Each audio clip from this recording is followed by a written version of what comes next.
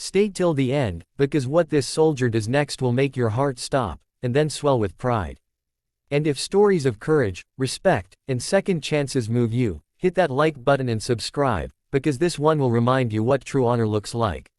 It started on a warm afternoon at Arlington National Cemetery. The air was still, respectful, sacred.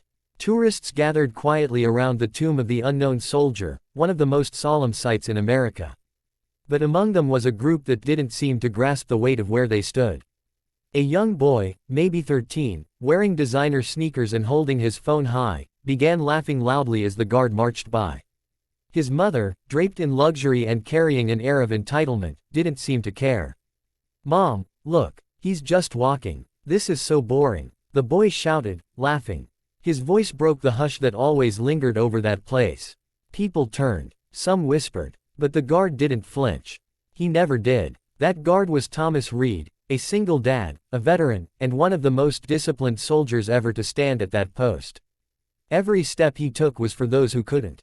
Every movement was measured, perfect, sacred. For him, this duty wasn't just ceremonial, it was a promise. A promise to his brothers and sisters who never came home. But that day, that boy crossed a line.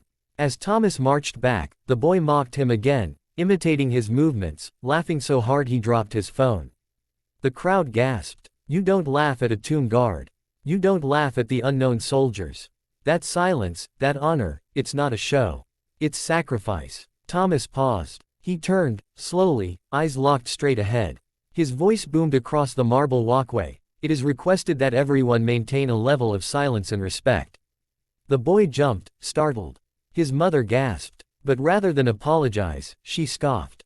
He's just a kid. You soldiers take yourselves way too seriously. The crowd stiffened. Some shook their heads. Others whispered in disbelief. The weight of her disrespect hung heavy in the air. Thomas didn't respond. He couldn't, not as a guard. He turned sharply and resumed his post, every step echoing like a heartbeat in the silence. But deep down, something stirred in him. That night, after his shift, Thomas picked up his daughter from her piano lesson. She was 7, bright-eyed, full of questions about everything. "Daddy," she asked from the backseat, "why do people visit the soldiers you guard?"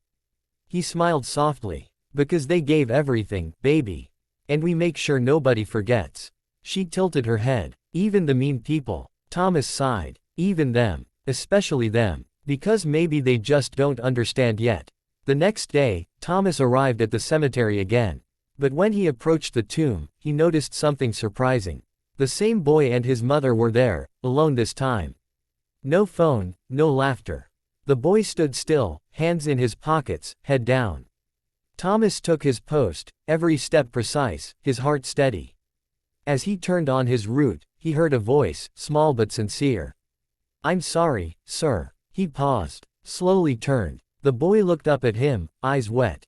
I didn't know what this meant. My dad, he never came home from Afghanistan. I thought it was just a place. I didn't know." The air grew thick with emotion. Even Thomas had to take a deep breath. That boy's father, gone. And here he was, standing at the tomb of the unknown, mocking what might have been his own father's brothers in arms. Thomas stepped closer, not breaking his solemn presence, but allowing humanity to shine through. "Son," he said quietly, "this place isn't about walking or silence. It's about remembering people like your dad. People who gave up their laughter so you could have yours." The boy nodded, tears streaming down his cheeks. His mother, shaken and humbled, placed her hand on his shoulder, whispering, "We didn't understand." "I'm sorry." Thomas gave a small, almost imperceptible nod. Then, after a moment, he did something rarely seen. A small step forward, his eyes softening, and in a voice that carried both authority and compassion, he said, "You can honor him here. Would you like to place a flower?" The boy looked at his mom. She nodded. Together, they stepped forward. Thomas guided them as the boy knelt, laying a single white rose at the tomb. The silence that followed was pure, heavy, sacred, full of meaning.